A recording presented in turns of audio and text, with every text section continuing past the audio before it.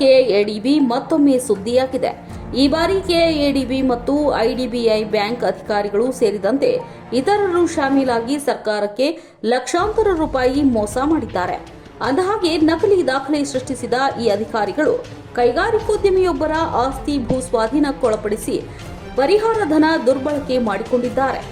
ಇದರಿಂದ ಸರ್ಕಾರದ ಬೊಕ್ಕಸಕ್ಕೆ ಬರೋಬ್ಬರಿ 75.75 ಲಕ್ಷ ರೂಪಾಯಿ ನಷ್ಟವಾಗಿದೆ ಅಂತ ತಿಳಿದು ಬಂದಿದೆ.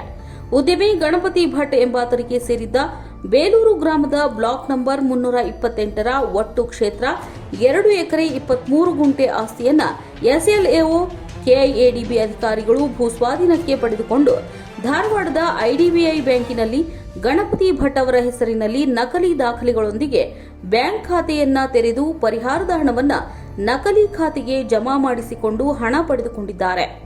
ಈ ಮೂಲಕ ಸರ್ಕಾರಕ್ಕೆ ಲಕ್ಷಾಂತರ ರೂಪಾಯಿ ನಷ್ಟ ಮಾಡಿದ್ದಾರೆ ಅಂತ ಸಿಎನ್ ಕ್ರೈಂ ಠಾಣೆಯಲ್ಲಿ ದೂರು ದಾಖಲಾಗಿದೆ. ನೀವು ನೋಡ್ತಿದ್ದೀರಾ, ಇದು ನ್ಯೂಸ್ 88 ಕನ್ನಡ, ಸುದ್ದಿಯ ಜೊತೆ ಸದಾ ನಿಮ್ಮೊಂದಿಗೆ.